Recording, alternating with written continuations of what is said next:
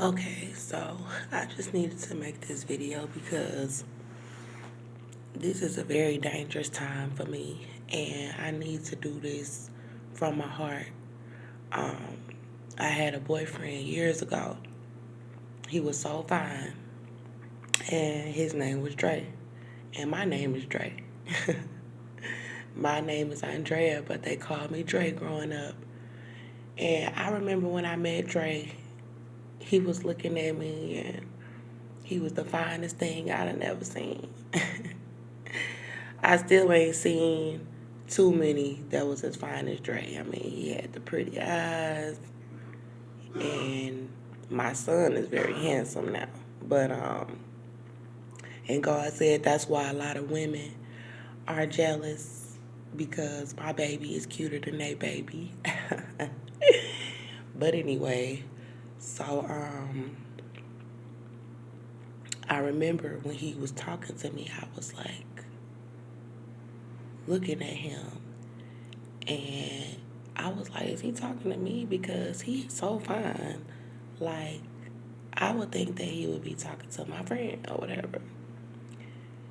But she was talking to somebody else and he was talking to me. So we would talk on the phone, and I remember like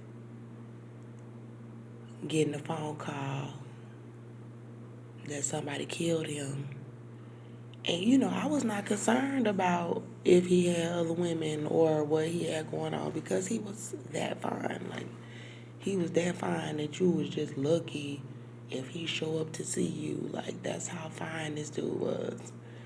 And when I got the phone call and somebody told me that somebody killed him, ain't no telling what he did. You know what I'm saying?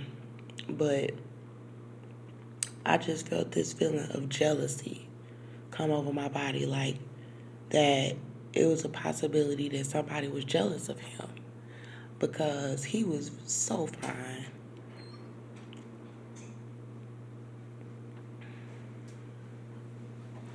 And um, he he had a nice little Monte Carlo. He had a nice car, you know.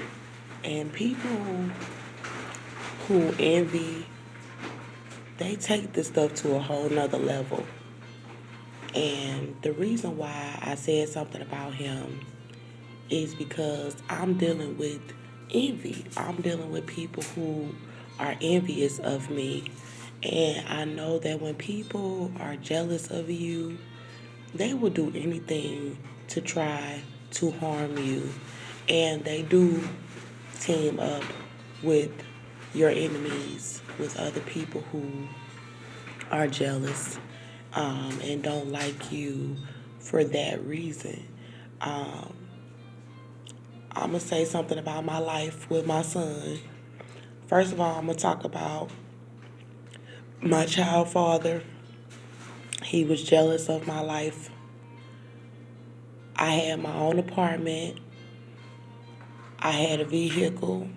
I took great care of my son. I had a great reputation. I didn't have anything on my record. I had never been in any trouble in my life. And I didn't want to be with him anymore. And he knew that my life would be okay going on without him. So instead of just leaving my home and letting me go on with my life, he chose to physically attack me. And the police were jealous because they watched me come from nothing. I lost my first one bedroom apartment with my son because Austin got us evicted from that apartment when I was pregnant. When I first got pregnant with my son, we had to move out of the one bedroom while Austin went to jail. And they thought that they would just have me on the streets pregnant. And then I ended up finding that two-bedroom apartment on 1301 Houston Street. And he was jealous because my name was on the lease. Um, and the women in the neighborhood were jealous because they tried to have me on the streets while I was pregnant with Melbourne, and I ended up getting a 2 bedroom, and everything was donated. I had to get rid of all my furniture at that first apartment, and they all had conspired to evict me from my 1 bedroom, knowing that he was abusing me in my home, and was all watching while I was limping up and down the street pregnant with Melbourne, thinking that we wouldn't get another place. And they were telling us because I had an eviction that they wouldn't get us in a new place. And I had to get a $1,500 deposit in order to get us into the 2 bedroom that we were in. And he was jealous because he was in and out of jail. He was a violent person. He was an envious person. He would steal from people. So if he came around somebody and they had something that he did not have, he would attack the person. He would talk about the person all over town. He would be envious and steal and rob the person. So this is what he continued to do. Every time he came in my house and he saw that when he got out of prison, whatever he did to my life before he went to prison, I was always able to bounce back and recover, and it was always better than it was before he went to prison. And he would come in there punching holes in the walls, kicking holes, tearing up my car, stealing my money off of my debit card, out of my purse, and then going around town trying to find anybody who he could who was envious of me, who did not like me. Oh, you know that black girl over there? Yeah, that's my baby mama, and she this. And these is people that I don't associate with. I stay to myself. Me and my child. It's like we were living off of a blessing each and every day. So I did not associate with people who would want to see us out on the streets and want to see us lose our stuff, because I had to work day and night taking care of him or working a part-time job, in order to have our situation the way that it was. Austin would not have been able to succeed at being where I was at, smoking methamphetamine and having sex with prostitutes.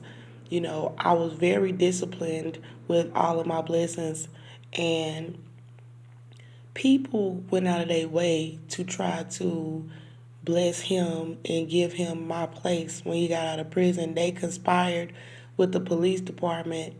They had seen me on the streets with when I was pregnant with Melbourne, looking for a new place, and they knew it was because I was abused. The woman named Maria chose to try to evict me from the property after Austin was arrested the last time.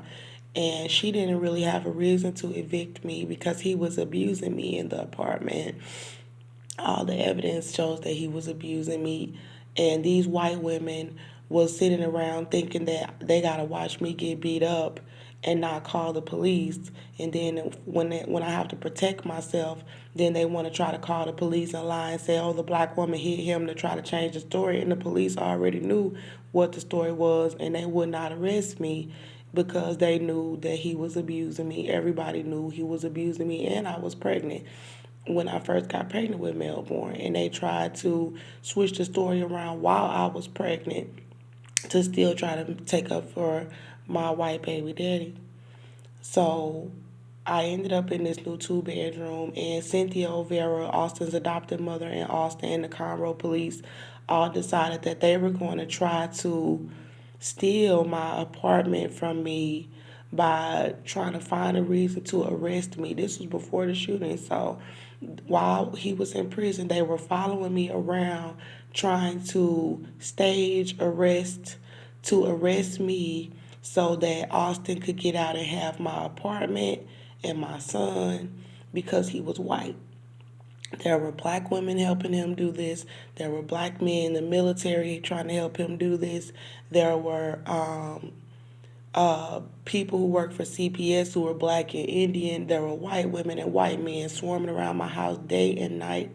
They did a lot of illegal activity, doing noise distractions outside of my house each night, and they were trying to make me so afraid to live in the neighborhood that they could try to call me a mental patient for reporting that all of them were over here being racist and trying to run his black baby mama out of the town and then try to say I didn't have the right to take my child.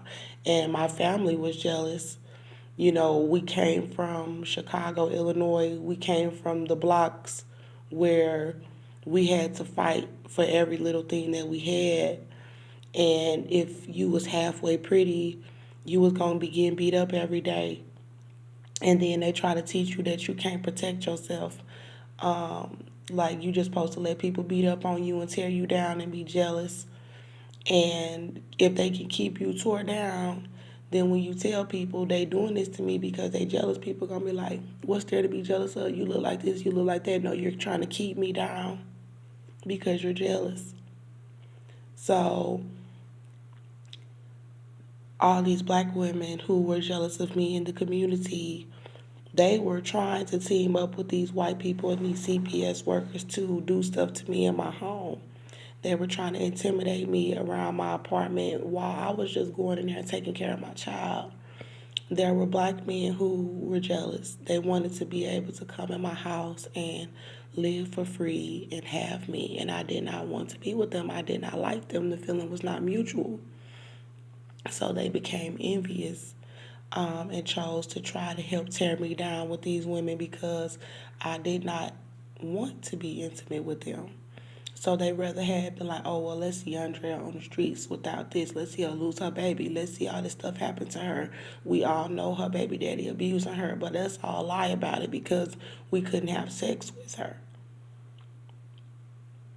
That's what these Hispanic men was doing in the neighborhood and the white men because they were getting online. They were following me to my home, following me from my home, asking me out on dates, asking me could they get me pregnant, could they have babies with me, and I was saying no because I was not interested in them. So for me to see all these people who wanted to take advantage of my body and women who are jealous all over my house, swarming around my home, trying to see me lose my home and my baby to have me out on the streets. I knew that's what they wanted, and that's why I did not want to let Austin back in my house because when one day after he attacked me and the police said that they were going to arrest me instead, I didn't attack him. I didn't fight back or nothing. And the police officer said, well, Cynthia, the white woman, his adopted mom, the officer said she called the police and she's over here arguing that they should arrest you too. Austin had just been convicted for assault. And he had just got out of prison and he was in my house beating me up. And Cynthia was over there saying, well, y'all should arrest Andrea too. I don't have a record. And she just said to me that she was scared to let Austin go back to prison because she was afraid they was going to kill him in the prison. Because he was fighting in the prison and somebody put him in a neck brace and they hurt him real bad. And Cynthia was lying to the police, trying to say that she saw marks on Austin to try to keep the police from arresting him while he was hurting me at my house. I really needed the police to come and get him. I needed somebody to help me. But Cynthia was lying and calling the police from her house. He was fleeing from the police in my car to his mom's house, and then they was over there trying to make up reasons to try to tell the police not to arrest him. And he was coming back to my house and he was laughing in my face because they decided to listen to Cynthia. The police came to my house, but Austin had fled to Cynthia's house. And the police officer said, do you want to press charges? I said, yes. He said, well, I'm going to tell you this time. He said, if I arrest him, I'm going to have to arrest you too because Cynthia is saying that she sees scratch marks on him. First of all, you're not supposed to flee the scene. He fled from the police. I didn't run. I didn't have a reason to run. I didn't do anything. So I called the police several times before that and after that, telling them that he was being violent in the home. They saw a big old hole that he had punched in my wall and his knuckles was bloody. They had to escort me and my baby off my property at 1 o'clock in the morning. He was only out of prison for like 2 months before the shooting. And he was attacking me the entire time. And it was several 911 calls with me trying to get him out of my home because he lied to me and said that he wouldn't do it anymore. And within the first week of him being out of prison, he was attacking me and making me bleed in the house. And I called the police.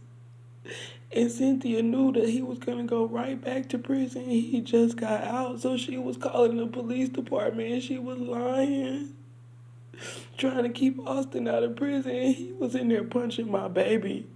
My baby was 22 months old, and my baby tried to get him to stop. He ran up to him and started hitting him, trying to get him to stop hitting me. And then he knocked my baby over and made him hit his head in his bedroom. And then he did it to me in the kitchen. He was attacking me in my kitchen. And my baby ran up to him again and tried to get him to stop attacking me. And then he knocked my baby down on his head again. And then he threw my baby off of the recliner sofa in the living room and made my baby fall down and hit his head in the living room on the floor. And then he punched him in the back. And I picked my baby up the day of the shooting, and he was ramming into me and ramming me into the wall and knocking me over the floor, on the floor with my baby. And I was trying to get out of the house, and he just kept attacking us. And in the restaurant, he had snatched up my little boy and started slinging him around and being violent with him. And he was slinging him upside down and stuff. And that's when I shot him. And Austin had told me, he said, when the day that he came back to my house after the police had threatened to arrest me, if they had to arrest him, they said they was going to take me to jail too. And while he was in prison, they were always following me. And then they were trying to get people to be criminals and come in my home and look around and see if there was anything they could try to arrest me for, because they was mad that this young white man had to go to prison for abusing us. So basically, he told me, he said, when he came back, he said, my mom and Joseph are trying to give me your apartment that was in my name with me and my baby. Y'all all seen my apartment, and that's what he wanted, because I prayed about it, and I was like, God, because God had showed me, he showed me visions that Austin was going to come back in the apartment attacking me, but that he would go for the baby to attack the baby, and then I would jump on him, or that I would hurt him. And then he showed me a vision of me shooting somebody and walking away.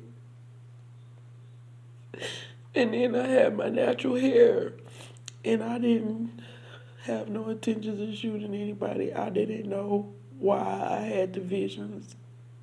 So I prayed and I asked God, I said, God, can you please show me why Austin wanted to come back into my home, because he kept writing me love letters. I didn't take no phone calls from him. And God showed me he wants your car and your son and be riding around with these white girls in your car.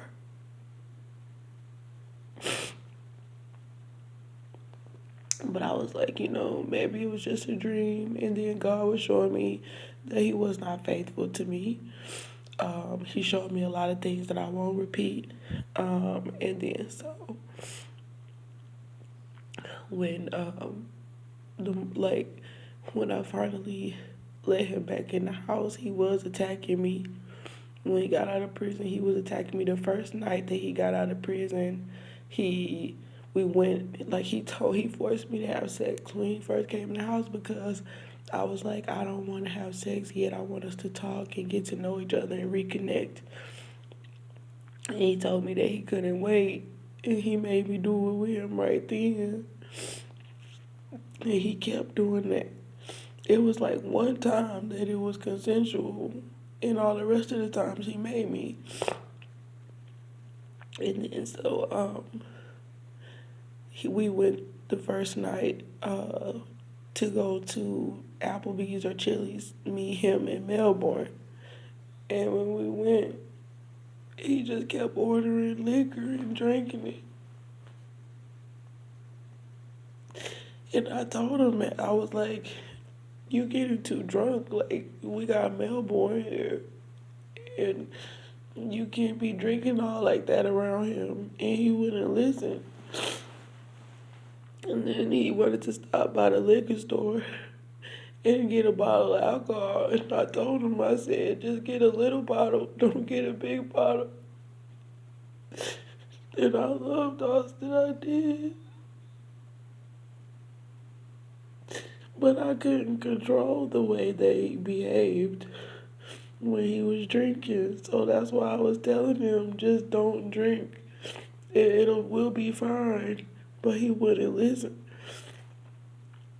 And so he had got a small bottle and he drank it. I drank like 1 or 2 shots with him. And then afterwards, he wanted to go back to the liquor store. And he went and got a big bottle.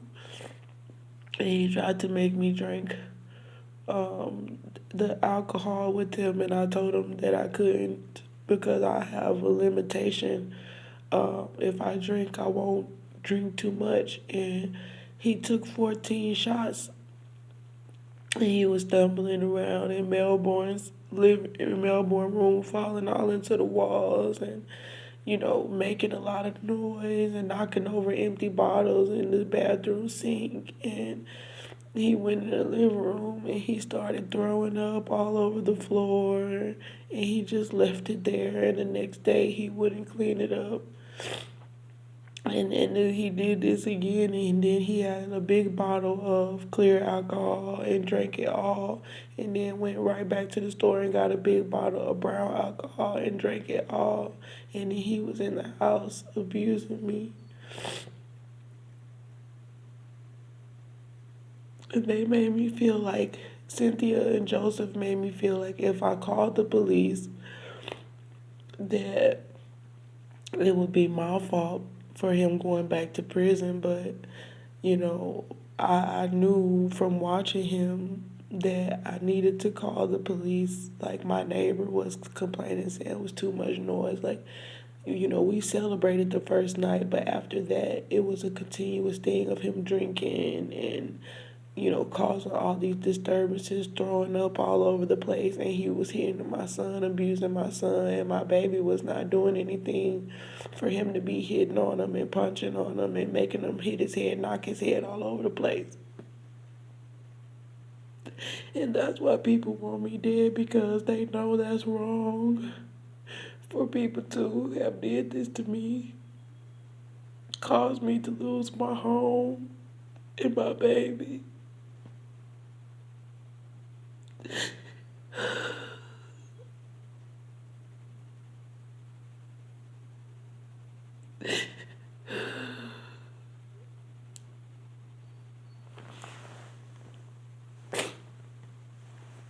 And refusing to let me press charges on this man.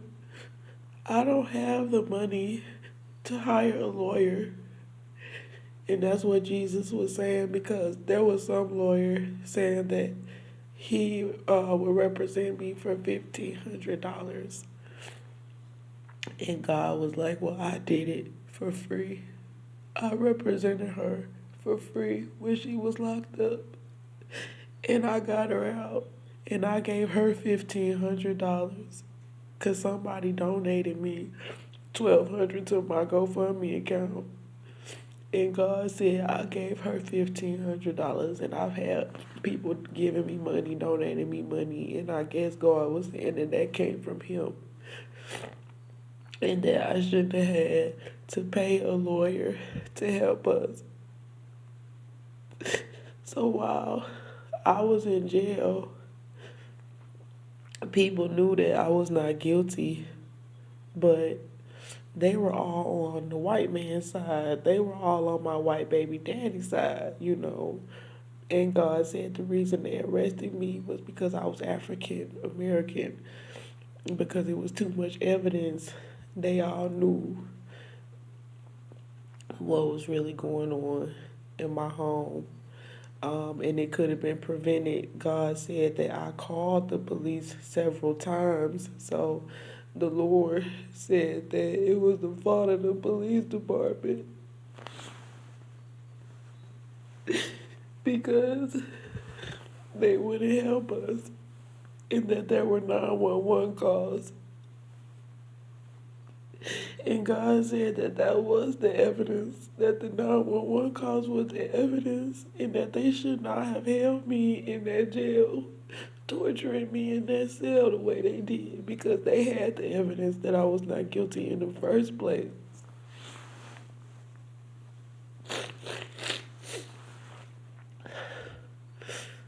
God also said that my medical record with Melbourne, because he put me in the hospital 3 times when I was pregnant with Melbourne.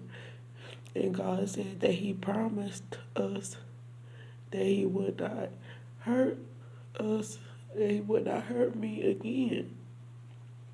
And then I brought him to see his son while he was in prison. And he promised me that he wouldn't do it no more.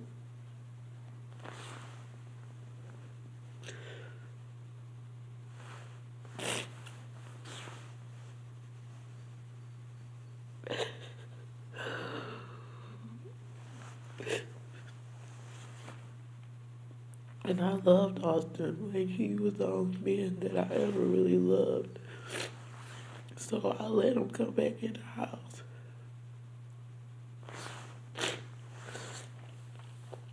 They had gang members trying to kill me because I shot him.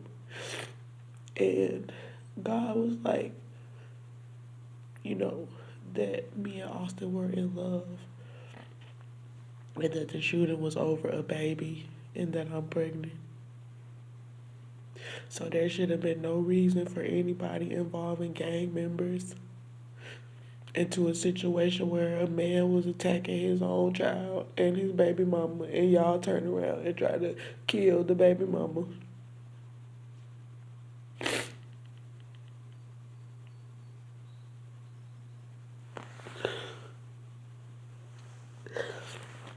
But that's how sexism and racism works. But God don't work like that.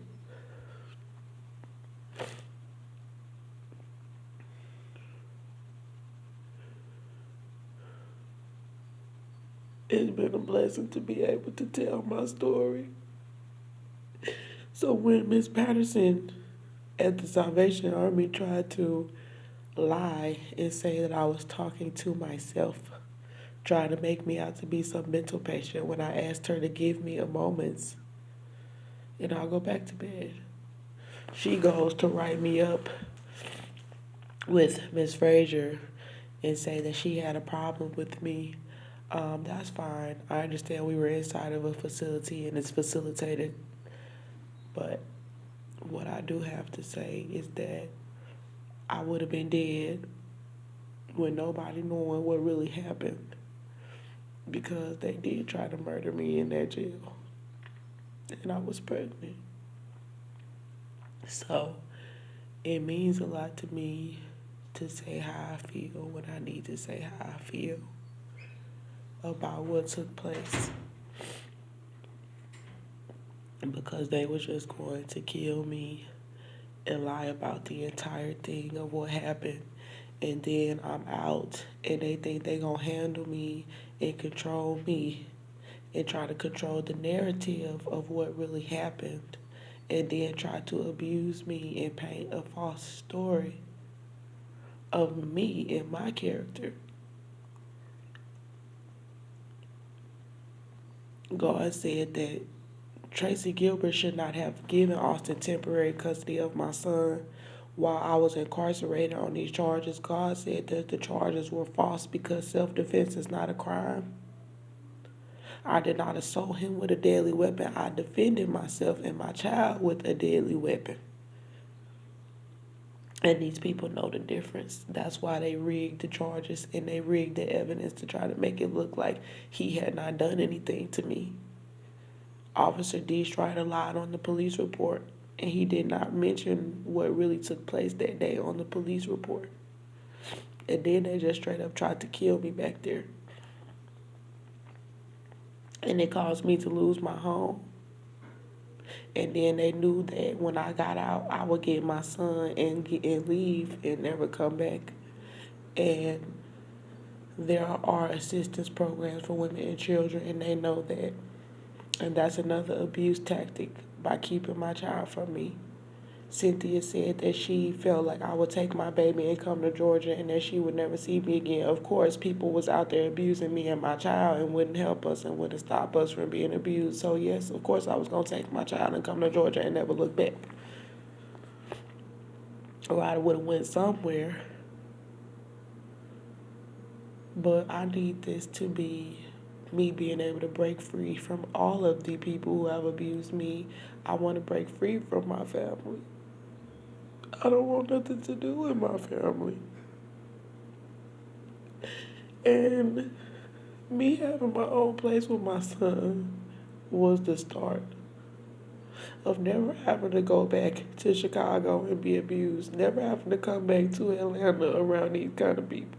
I never wanted to come back here ever. I never wanted to have to step foot.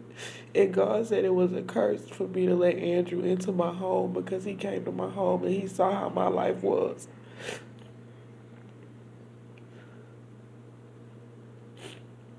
And you gonna sit there and let some people poison me in the back of a jail with my child who's gonna lie on the evidence and try to give me 100 years in prison. And I have told people my story out here. And one thing about Atlanta is a lot of people that done got themselves in trouble for stuff, just like Texas. And they don't know how to have sympathy for people who didn't deserve it. You know, I did not deserve what happened to me. So, you know, when you got a good life, the jealousy run deep. And as far as um, Cynthia O'Vera, she has never given birth to children. And when I was pregnant with Melbourne, I could tell that she was jealous. She was just flat out jealous. But, you know, I understood that was Austin's mother and she was helping us. So I had to just take the verbal abuse that was coming from Cynthia. And my son, when I gave birth to my son and I saw my little baby and the way she would try to handle us, I knew Cynthia was jealous. And then Austin was not her biological son. So a lot of people could claim it's the same when you adopt a child because a lot of women do adopt children. And for the women out there, trust me, there are some children that I want to adopt because I don't like the way their parents treat them. And if I had the money, I would adopt those kids. So I don't believe that it make you a bad woman just because you adopted or that you cannot be a great mother just because you adopted. No, that's not what I'm saying. But for some women, when they did not physically give birth to the child, there is a deep-seated jealousy.